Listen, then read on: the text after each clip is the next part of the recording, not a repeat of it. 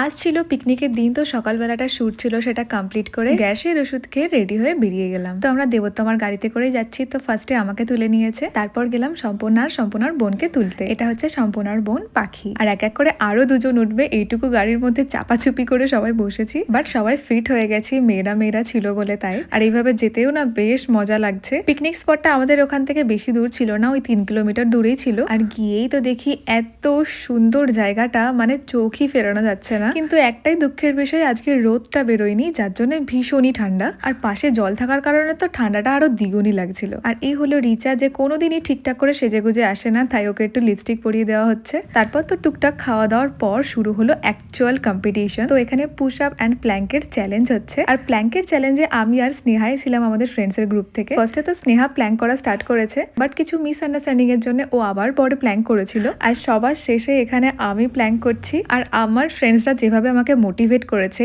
সেটা একবার শুনে নাও।